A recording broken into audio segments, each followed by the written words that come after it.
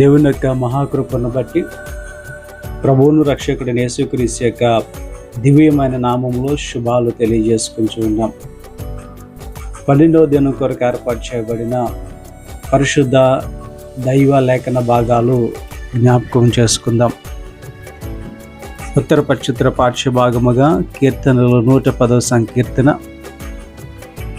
పాత నిబంధన పాఠ్య భాగముగా రాజుల మొదటి గ్రంథము 11వ అధ్యాయము 35-36 వచనాలు, సువార్త పాఠ్య భాగముగా 22వ అధ్యాయము మత్తయి సువార్త 41-46 వరకు ఉన్న వచనాలు మనము ధ్యానించబోతున్నాం.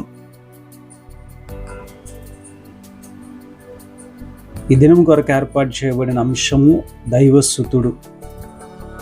యేసుక్రీస్తు ప్రభువారిని చిక్కులు పెట్టాలని, శోధించాలని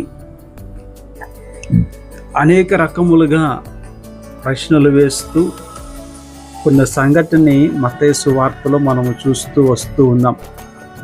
యేసుక్రీస్తు ప్రభువారు కూడా చక్కటి జవాబులు వారికి ఇవ్వడము, గడిచిన దినాలుగా మనము ఆ విషయాలు ధ్యానిస్తూ ఉన్నాం. యేసుక్రీస్తు ప్రభువారు ఒక చెట్టుని శపించడము, ఆయనకున్న అధికారాన్ని అక్కడ చూపించడము, దేవాలయం మీద ఆయనకున్న అధికారాన్ని చూపించడము, ఆయన తెలియజేశారు అనేకమైన విషయాలు.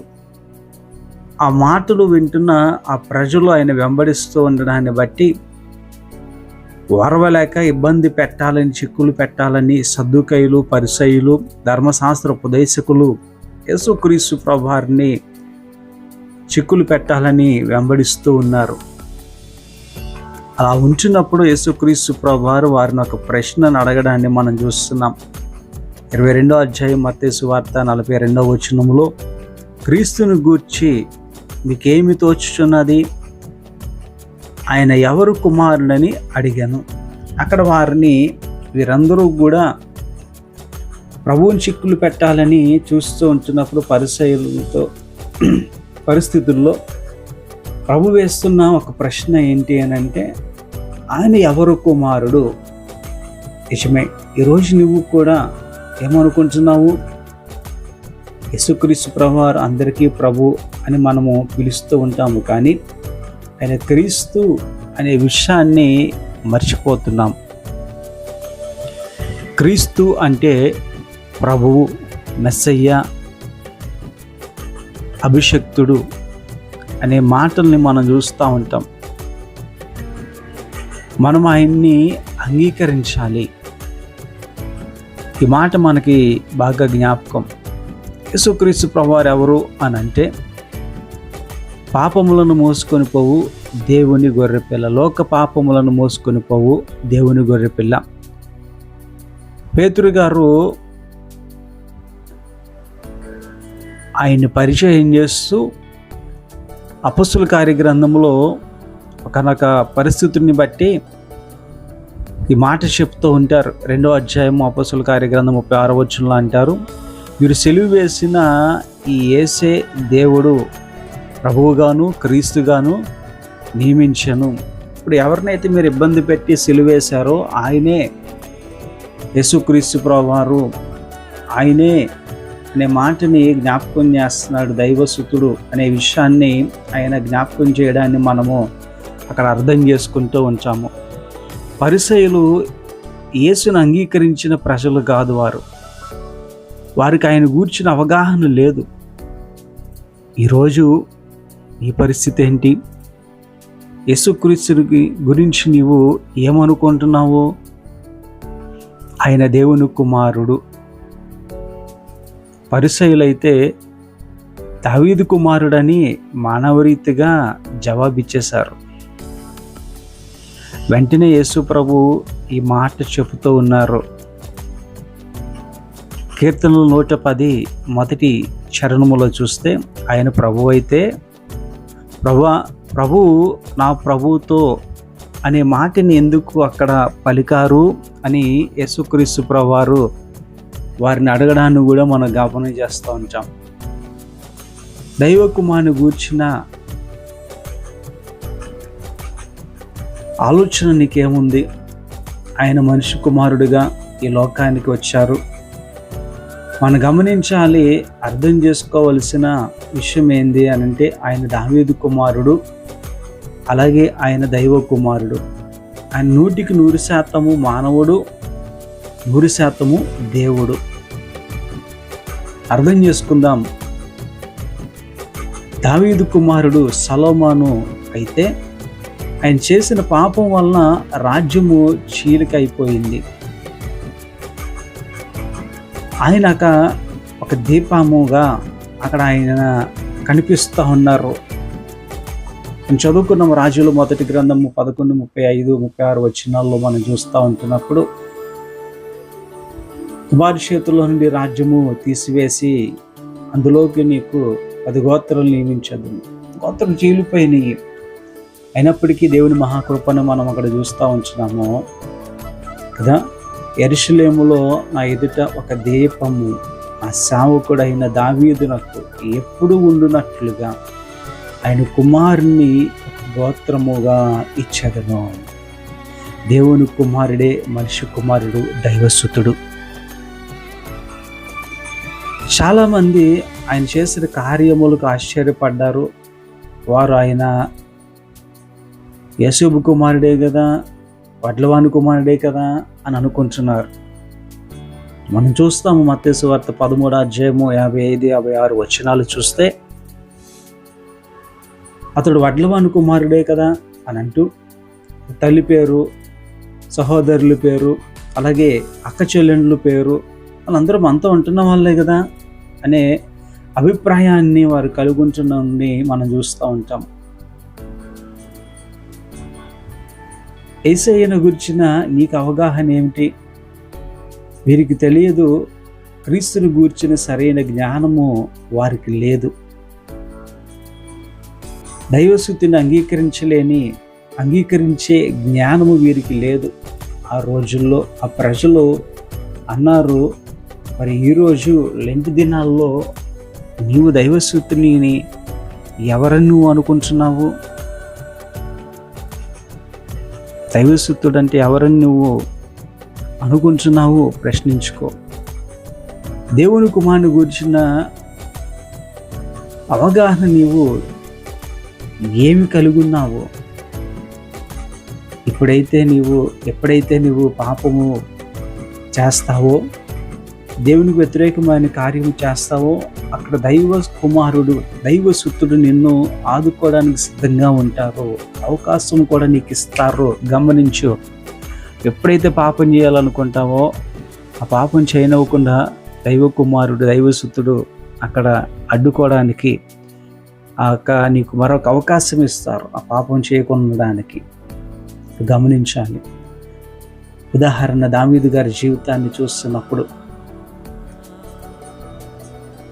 దేవుడు ఖండించారు, ఆ తప్పుని సరిదిద్దుకున్నాడు, ఆయన దీపముగా మారాడు. సొలొమోను తప్పు చేసినప్పుడు కూడా దావీదుని జ్ఞాపకం చేసుకున్న దేవుడు. రాజుల మొదటి గ్రంథం 11:34లో మనం చూస్తూ ఉంటున్నప్పుడు, రాజ్యము వారి చేతుల్లో నుండి బొత్తిగా తీసివేయక నేను కోరుకున్న నా సేవకుడు అయిన దావీదుకు నా ఆజ్ఞలను అనుసరించి నా కట్టడలను ఆచరించిన గనుక దావీదును జ్ఞాపకము చేసుకొని అతని దినములన్నీ అతనికి అధికారిగా నియమించను అని చెప్తూ 36వ వచనంలో మనం చూస్తూ ఉంటున్నప్పుడు, నా నామమును అక్కడ ఉంచెదను, నేను కోరుకున్న పట్టణమైన యెరూషలేములో నా ఎదుట ఒక దీపము నా సేవకుడైన దావీదుకు ఎల్లప్పుడూ ఉండినట్లు అతని కుమారుని ఒక గోత్రముగా చేస్తాను. ఈ దీపమే యేసుక్రీస్తు ప్రభువారు. రాబోతున్న దినాల్లో ఆ ప్రజలకు కృప చూపించే ఆశాకిరణం ఆయన. ఒక మాట జ్ఞాపకం చేసుకో, నువ్వు దేవునికి వ్యతిరేకంగా వెళ్ళి దేవుని మాటలు కాదని, ప్రభువుని శోధించాలని, ప్రభువుని చిక్కులు పెట్టాలని ప్రభువుని సిలువ వేసే క్రమంలో నీ జీవితం ఉంటే దాని నుండి బయటికి రావడానికి ప్రభువు నీకు ఒక అవకాశం ఇస్తున్నారు. ఈ ప్రశ్న అడుగుతున్నారు, క్రీస్తుని గురించి నీకు ఏమి తోచున్నది? నా గురించి నీవు ఏమనుకుంటున్నావు? ఒకసారి నువ్వు ప్రశ్నించుకో. దేవుని కుమారుడని అనుకుంటున్నారా, లేదా మీరు మీకులాంటి సామాన్యమైన మనిషే అని అనుకుంటున్నారా? ఒకసారి చరిత్ర జ్ఞాపకం చేసుకుందాము. కీర్తన 50వ సంకీర్తన 21వ చరణంలో చూస్తే, ఇంటి పనులు నువ్వు చేసినను నేను మౌనినై ఉంటిని, అందుకు నేను కేవలము నీ వంటి వాడినని నీవు అనుకుంటివి కదా. ఎన్ని పాపాలు చేస్తున్నా, ఎన్ని తప్పులు చేస్తున్నా, ఏమీ చేయట్లేదు, మౌనంగా ఉన్నారు కదా, ఆయన దేవుడు కాదు మామూలు మనిషే అనుకుంటున్నావేమో. జాగ్రత్త. ఆయన దేవుని కుమారుడిగా, మనిషి కుమారుని యొక్క ఆలోచన ఎలా ఉంటుంది ఒకసారి అర్థం చేసుకోండి. ఆయన దేవుని కుమారుడే, ఆయన మనిషి కుమారుడిగా కూడా ఆయనే. ఆయన ఆలోచన ఎట్లా ఉంటే ఒకసారి గమనించండి. ఆయన ఎందుకు దైవ కుమారుడై మనిషి కుమారుడికి లోకానికి వచ్చారు అని అంటే, మనందరికీ తెలిసిన వాక్యమే. లూకా సువార్త 19:10, నశించిన దాన్ని వెదికి రక్షించుటకు మనిషి కుమారుడు వచ్చానని కదా. దైవసుతుడు నశించిన దాన్ని వెతికి రక్షించడానికి వచ్చారు. ఈ దైవసుతుడు ఎందుకు లోకానికి వచ్చారు అని అంటే, రక్షించడానికి వచ్చారు. మత్తయి సువార్త 13:41 మనం చూస్తే, మనిషి కుమారుడు తన దూతలను పంపను, వారు ఆయన రాజ్యంలో నుండి ఆటంకములను, సకలమైన వాటిని, దుర్నీతి పరులను సమకూర్చి అగ్నిగుండంలో పడవేయుదురు. ఈ మాట కష్టంగా అనిపిస్తుంది, కానీ ఇది రాకను గురించిన మాటలు ఆయన మాట్లాడుతున్నారు. ఆయన వచ్చింది ఎందుకు ఇప్పుడు అంటే, రక్షించడానికి వచ్చారు, నశించిన దాన్ని రక్షించడానికి వచ్చారు. మనిషి కుమారుడు అధికారము కలిగిన వాడు, దూతలను పంపగలిగిన అధికారము కలిగిన వాడు, మనిషి కుమారుడు రక్షించే అధికారము కలిగిన వాడు, అలాగే శిక్షించే అధికారము కలిగిన వాడు కూడా.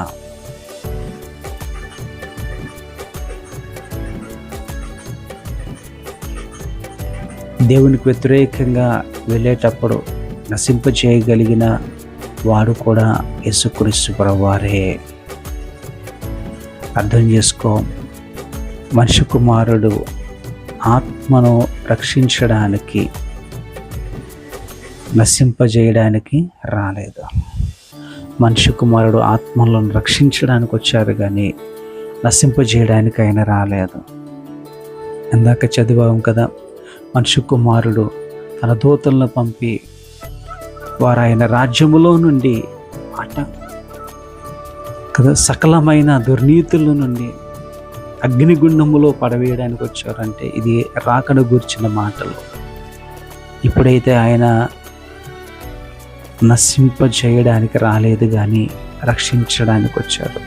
నెక్స్ట్ వచ్చేది ఆయన నశింపజేయడానికి వస్తున్నారు. కనుక ఈ దిద్దుబాటు దినాల్లో సరిదిద్దుకో, దైవసుతుడిని అర్థం చేసుకో, ఆయన హత్తుకొని ముందుకెళ్ళు.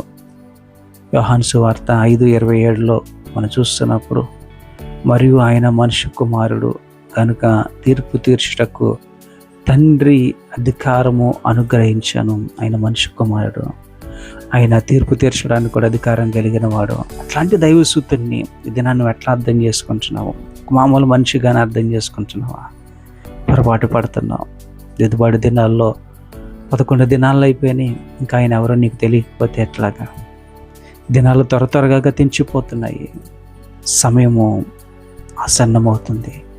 ఒక పక్కన యుద్ధాల గురించిన సమాచారాలు వింటున్నాం. ఆ గల్ఫ్ కంట్రీస్లో జరుగుతున్న యుద్ధాల్లో 3వ ప్రపంచ యుద్ధానికి దారితీస్తుందని పెద్దలు చెప్తా ఉన్నారు. జాగ్రత్త. సమయం ఉండగానే, దీపం ఉండగానే ఇల్లు చక్కబెట్టుకో. ఇక అవకాశం ఇచ్చినప్పుడే రక్షకుని తెలుసుకో. యోహాను సువార్త 12:34 అంటారు, జన సమూహంలో క్రీస్తు ఎప్పుడు వండునని ధర్మశాస్త్రం చెప్పుట వింటిమి, మనుష్య కుమారుడు పైకెత్తబడవలనని నీవు చెప్తున్న సంగతి ఏంటి? ఆయన ఎప్పుడు ఇక్కడ ఉంటాడన్నారు, మరి నువ్వేమో ఆయన ఎత్తబడతారని చెప్తున్నారు. ఈయన ఎవరు ఆయన అడుగుతున్నారు. యోహాను 12:32 చూస్తున్నాము, నేను భూమి మీద నుండి పైకి ఎత్తబడవలన అని మీకు ముందే చెప్పాను కదా. ఆకర్షించబడలేదు వాళ్ళు. ఆయన ఎవరో ఏంటి అన్నది తెలుసుకోవట్లేదు. నన్ను నువ్వు కూడా ఏదో లేంటి చేయాలని అందరిలాగా వచ్చి వెళ్ళిపోదాం అనుకుంటున్నావేమో. లేదు నాన్న, సమయం అయిపోతుంది, దేవుడు రాకడ సమీపంగా ఉంది. ఆయన చెప్పిన పని నువ్వు చేయకపోతే ఆయన శిక్షించే దేవుడు కూడా. 3 విషయాలు ఈ దినానికి జ్ఞాపకం చేసుకుందాము. దైవసుతుడు రక్షించడానికి వచ్చాడు, దైవసుతుడు శిక్షించడానికి అధికారం కలిగిన వాడు కూడా. అదే దైవసుతుడు చేర్చుకుంటాడు కూడా. పశ్చాత్తాప పడితే, మారు మనసు పొందితే నిన్ను చేర్చుకోవడానికి ఆయన ఇష్టపడుతున్నారు. దావీదును చేర్చుకున్న దేవుడు నిన్ను చేర్చుకోడా? ఆ దైవసుతుడు నిన్ను కూడా ఒక దీపంగా మార్చిపోతాడు. నువ్వు అవకాశం ఇస్తే ఈ కుటుంబానికి నువ్వు ఒక గొప్ప వెలుగుగా మారబోతావు. నిజమైన పశ్చాత్తాపంతో ప్రార్థించి దైవసుతుడిని అంగీకరించు. ఆయనకున్న అధికారాలు ఏంటో గుర్తించు. ఆయన దగ్గర సాగిలపడు. సన్ ఆఫ్ గాడ్, దైవసుతుడు. దావీదు చేసిన ప్రార్థనలు, దావీదు చేసిన నీతి కార్యాలు, దావీదు చేసిన మంచి పశ్చాత్తాపము జీవితము, ప్రార్థనను బట్టి సమూయేలు చేసిన పాపమును విషయంలో ఆయన అక్కడ కనికరాన్ని చూపిస్తూ వారికి ఒక దీపము, ఇశ్రాయేలు ప్రజలకు, రాబోయే తరం వారికి కృప చూపించేవాడిగా, కృపాదీపముగా యేసుక్రీస్తు ప్రభువారిని ఏర్పాటు చేసుకున్నారు కదా. ఆయనను అంగీకరించగలిగితే లోక పాపములు మోసుకొని గొర్రెపిల్ల నిన్ను కూడా చేర్చుకోవడానికి ఇష్టపడుతున్నారు. ఆయన దగ్గరకు చేరి ఆయన హత్తుకొని ఈ పాపములు ఒప్పుకొని విడిచిపెట్టి ఆయనతో పాటు ముందుకు వెళ్దాం. ఆయన చేర్చుకునే గుంపులో మనము కలిసి ఆయన స్తుతిస్తూ ఉందాం. అట్టి దీవెన ఆశీర్వాదము దేవుడు ఈ దినము మనకును మన కుటుంబాలకి, ప్రార్థనలకి, ఈ ఆత్మీయతకి తోడుగా ఉండి అట్టి దీవెన అనుగ్రహించునుగాక. ఆమేన్. ప్రార్థన. మహోన్నతుడైన మహాకృపను బట్టి వందనాలు. ఈ యొక్క 12వ దినాన్ని ఒక శ్రేష్టమైన మాట మేము జ్ఞాపకం చేసుకున్నాం. దైవసూతునిగా నీకున్న అధికారాలు నువ్వెవరో అడుగుతున్నప్పుడు మేము జ్ఞాపకం చేసుకుంటున్నాము. నువ్వు రక్షకుడివి, నువ్వు శిక్షించేవాడివి, రక్షించేవాడివి, చేర్చుకునేవాడివి. ఈ దినాలు మమ్మల్ని కూడా చేర్చుకో. నీ బిడ్డలుగా చేర్చుకొని నీ రాజ్యంలో మాకున్న అవకాశం ఇచ్చి మహాకృపను బట్టి మేము చేస్తున్న ప్రార్థన మీరు అంగీకరించి ఈ దీవెలు మాకు దయచేయమని యేసు నామములో అడుగు పొందుకుంటున్నాం తండ్రి. ఆమేన్.